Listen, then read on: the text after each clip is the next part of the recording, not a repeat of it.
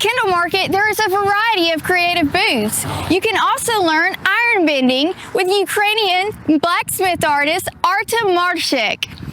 Right now I'm from Tennessee, but I'm Ukrainian originally, and I doing master classes in Alabama right now. So welcome in the master class, mostly horseshoes, because with horseshoe you can try mostly every part of blacksmithing, and you can see the basic of blacksmithing with horseshoe. You can see how to cut the metal, how to forge the metal, how to slide it, how to laugh when you slide it. And after master class, you can take your horseshoe with yourself, and you can see how luck coming to you in your future life. So my master class is a point of your life.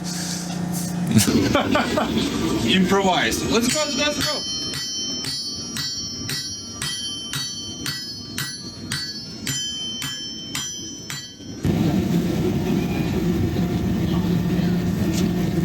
Hold it here.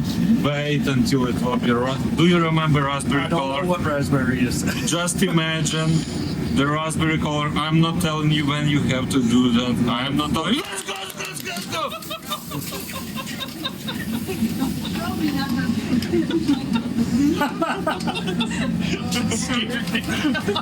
In, now.